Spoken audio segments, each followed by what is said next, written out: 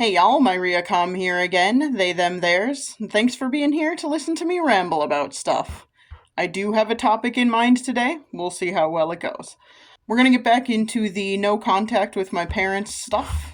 Hooray. This is also gonna tie in a couple of other topics I've talked about in the past, so we're gonna talk about anti-trans stuff, which is annoying, and religion a little bit, so lots of things to cover here. But mostly, it's about no contact with my parents. So I can't even. Y'all don't need the explanation of why I came up with this topic, but this is, probably a childhood trauma thing, who knows, but I always feel like I have to explain I always feel like I have to explain my thought process of how I got to this. And honestly, this came up because some random video just popped up on my feed the other day. Was it this morning? It might have been this morning. Time is really weird for me right now, so might have been this morning. But video popped up on my feed of a woman pastor talking about people being anti-LGBTQ, basically. And I was raised Catholic, and raised in a conservative Catholic household, so unless this has changed, I am no longer Catholic, so I don't really pay attention. Unless this has changed, in my experience in Catholicism, women are not allowed to have positions of authority. There are no women pastors, for example. It's all men. All men priests, only men can be, like, priests, bishops, whatever comes after bishop. My brain doesn't want to work. And then the Pope, obviously. So, it just kind of struck me as, oh my gosh, this is a thing that just brought up this, it's one of those light bulb moments, one of those aha moments. And how does this tie into no contact with my parents? Well, one of the big things that, led into no contact with my parents was they've always been, conservative. They've never ever been progressive about pretty much anything that I can think of in my entire life. But one of the things was they've, always been anti-LGBTQ. They have this very, frustratingly annoying way of going about it where, when I was growing up, I was told being gay is wrong. As I got older, it was, well, we have gay friends, and we love those people, but we don't approve of their lifestyle, kind of thing. And yeah. And then, I've done my coming out story, which I came out as a lesbian because I didn't know there was more, and their reaction was not great, which is proof to me that they are still anti-LGBTQ. I don't think that's ever going to change, to be honest. I think they will lie. I think they will sugarcoat it. I think they will say things like, well, we love the people, but we hate the sin, that kind of bullshit that religious people always tend to say. I am painting a broad brush when I say religious people. Christians, Catholics especially, ta-da. But anyway, leading into the no contact thing, we had several arguments about them being anti-trans. Specifically, I live in the Midwest, so they were, when Minnesota Governor Walz was running for vice president, they had lots to say about why he's a terrible person, and why, one of the big gripes my father had with Walz was that Minnesota, has tampons in men's restrooms. My father has a huge issue with that because he's anti-trans. And I mean, I was like, okay, yeah, you hate trans people. I get that. I think it's stupid for you to hate trans people, but I get it because I understand you're a bigot and you're not going to change. But here are lots of other reasons it should be a good thing to have tampons in men's restrooms or to have gender neutral bathrooms. I mean, come on. But let's think about the fact that, like, the bathroom in your house is a gender neutral bathroom. Unless you have multiple bathrooms and each person has their own bathroom or each gender has their own bathroom or whatever. Most bathrooms in your individual homes are gender neutral. Most of the time, I have never experienced being at someone's house and them saying, this is the restroom for men, this is the restroom for women. I've never experienced that. I'm sure it exists somewhere, but I've never experienced that, so whatever. Anyway, so they were very obviously anti-trans, and then one of the arguments my mother had is, the men and women's sports argument. So, objecting to trans women being in sports, which, if you know the statistics, there are very few trans women who are in sports at all. And even the ones who are in sports aren't, like, for the most part, they're not winning. It's not like they're blowing all the cis women out of the water. They're not doing that. That's not a thing that's happening. Not on a scale where it would matter and would be an actual problem, okay? You can look up the statistics yourself. I am not claiming to be an expert in these things. I am saying that is not something that is happening on a scale broad enough for it to actually matter, okay? It just isn't. And to pretend that it is making a problem out of something that is not a problem. And it is just bigotry. It has nothing to do with reality. But that is one of the arguments my mother used. She often would make the argument that women have fought for things, have fought for their place so hard that we shouldn't let men take that away from them. And we shouldn't let men pretending to be women take that away from them, is her whole argument. And again, that's not a thing that's happening, so it's a stupid argument. But the thing that really struck me about this, okay, the mind-blowing light bulb aha moment I had earlier today was, you're making this argument, and yet you are a conservative Catholic, and Catholicism does not allow women to hold positions of authority. And Catholicism is all about, I shouldn't say all about, there's a lot of Catholicism, and there's a lot of Christian nationalism, and I don't know if they would call themselves Christian nationalists, but at this point, I think they kind of are. A lot of Christian nationalism is about, women submitting to men, and men having all of the power, and men doing all of the things. I'm not saying every single Christian believes that. I'm not saying every single Catholic believes that. I am saying Catholicism does not allow women to hold any power. That is a fact. And I am saying that I was raised in a family that believed that the man of the house has the ultimate say. So, it is just kind of wild to me, and, of course, hugely hypocritical for my mother's anti-trans argument to be, but women need power, and but women deserve things, but women need rights, when she is a conservative Catholic. Additionally, I would consider my mother a single-issue voter because she has not given me any other reason for voting the way she votes. And her single issue is abortion. She is anti-abortion as well. Which, again, your anti-trans argument is women's rights.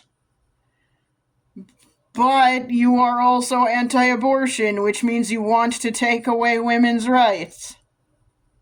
That doesn't make a lot of sense.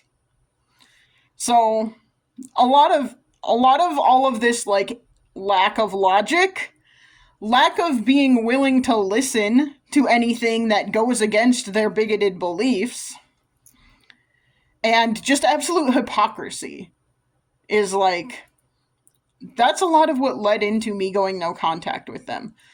On top of lots and lots of other things, and things I am still unpacking. But that was just like a huge light bulb moment for me today, being like, how was this your anti-trans argument when you are literally trying to take away rights from women? Now, I am non-binary. I do not consider myself a woman. My parents consider me a woman. My parents don't know that I'm non-binary, unless someone else has told them. I haven't told them, because I was not really open with them about that before I went no contact with them. Because I knew they wouldn't get it, and I knew they wouldn't care, and I knew it wasn't going to change anything about how they interacted with me, or I also knew they were never going to, like, respect my preferred pronouns. All of those things. So I have not been open with them about that. So they view me as a woman. And my mother is anti-abortion.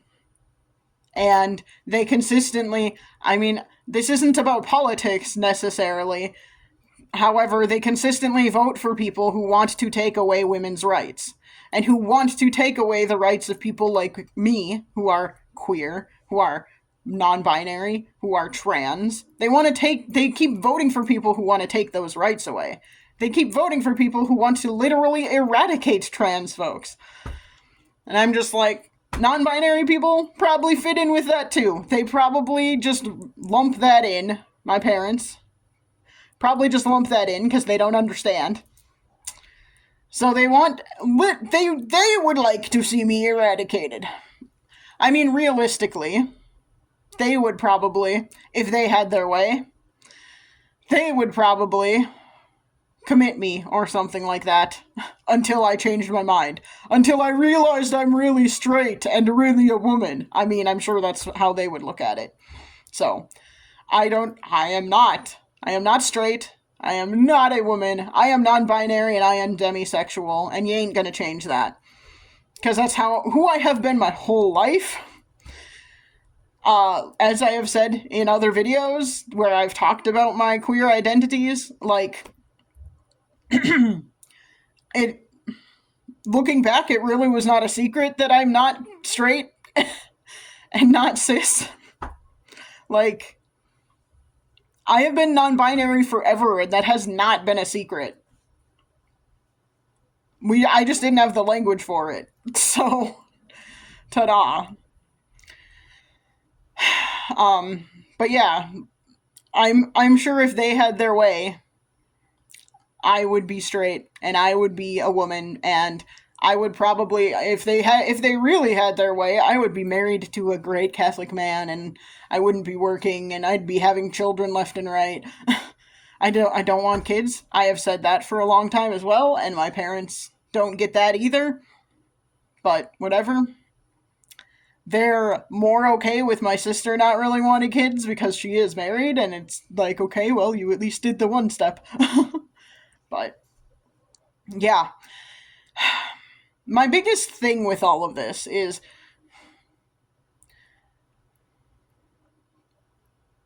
like, and I guess not biggest, but, like, one of the main issues I have had with my parents that has caused me to go no contact with them is that it's not just about, like, us having very, very different views on the world. Us having very different beliefs. It's not just about, like, because, see, I know they would call it just politics.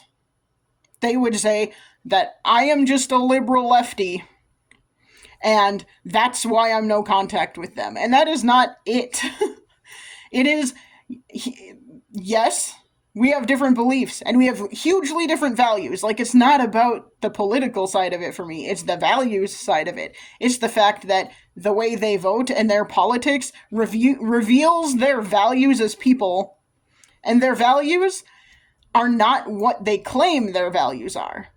They are massive hypocrites. And that is the thing. It's the fact that they are hypocritical. It's the fact that they are unwilling. They're like unwilling to even acknowledge the validity of another side. They're just like, nope, you're wrong. They will say things like, which this always drives me crazy in so many ways. They will say things like, you can't possibly understand because you are too young. We've lived life. We understand life. And my thought is, but you're so closed-minded. What are you talking about? That's not reality. You're literally unwilling to explore other options. So yeah, you've lived longer. But that doesn't mean you know more. That doesn't mean you understand more. You are literally unwilling to explore anything beyond what you already believe. So, that's just my whole thing. Like, it's not just that we believe different things and have different values, it's that they are also unwilling to, like, critically assess the things that they think and believe. They're unwilling to be critical about that. This ties into a lot of other things about, like, larger issues with society in general. Being unwilling to be critical of things that they like, things that they believe, things that they have been told by someone they like, by someone they trust. Just because you trust someone doesn't mean that they're right. They could be wrong still. And maybe it's not even because they're maliciously wrong. They could just be wrong. And they don't know they're wrong even. I mean, it's just a whole thing. But so, like, that's the frustrating thing for me is I know they won't ever change because that is how they are. I hate the idea. I hate the thing that people always say, you can't teach an old dog new tricks. Like, if you're too old, you can't learn anything new, because that's not true. It definitely becomes a lot harder if you have not practiced learning throughout life. It gets harder the older you get, because it is a skill you have to practice. And especially if you're not willing to critically assess what you know, or what you think you know, what you believe, what you've been told, if you're not willing to, like, critically look at that and explore other possibilities based on good sources and good evidence, like, that doesn't make you, that just, like, that's the thing. Is I spent so long sending them so many things and trying to explain so many things to them and giving them evidence to the contrary of things that they think, things that they believe, things that they have been told. And they never paid attention. I don't even know if they ever looked at any of the things I sent them. And yeah. Any time I would try and have a deeper conversation with them than just, what's the weather like today? Hey, let's talk about that movie that's out. Have you seen this new TV show? Those kinds of things, like, any conversation deeper than that I tried to have with them felt like ramming my head into a brick wall, because they just wouldn't listen. They would listen to respond, not just listen. Not listen to hear what you're actually saying. Or they would just not listen at all. Like, that's the whole thing. And it would always, no matter what evidence I would give them to the contrary of what they were saying or whatever, they would just keep repeating the same stuff over and over. So, it was always really frustrating, and I just don't understand the point of continuing to have conversations with people like that. It was not getting anywhere ever. Additionally, like, it's just, I don't know how I could keep being in contact with them or having a relationship with them at all when I know they hate people like me. I'm sure our parents would say, oh, well, that person, we love that person. We just don't agree with their lifestyle. And that's a stupid way of saying we don't like that person. That's a stupid way of saying that. It's a beating around the bush way of saying that. It's a lie to say we don't hate that person. We just hate who they are. We just hate everything about them, but we don't hate them. Like, it's bullshit, is what I'm saying. And I am not buying that bullshit anymore. I used to buy that bullshit. I don't buy that bullshit anymore, so sorry. Yeah. It's just interesting to me. It's so interesting to me to think about, like, I know pretty much everyone who is a conservative is a giant hypocrite, but I just didn't realize how big of hypocrites my parents were, and I keep realizing as time goes on that, like, oh, there's another hypocritical thing to add to the list. There's another hypocritical thing to add to the list. How long is this list of hypocrisy going to get? Who knows? Is everything in my life, everything they have ever taught me, has it all been hypocrisy? I kind of think it might have been. And that's weird. But anyway, if y'all have any comments on hypocrisy, on parents being terrible, on if you have ideas of how to deal with this, aside from being no contact, I would appreciate that too. So let me know. This has been my Riacom, and I appreciate y'all being here. And I will try and chat at you again soon. Bye.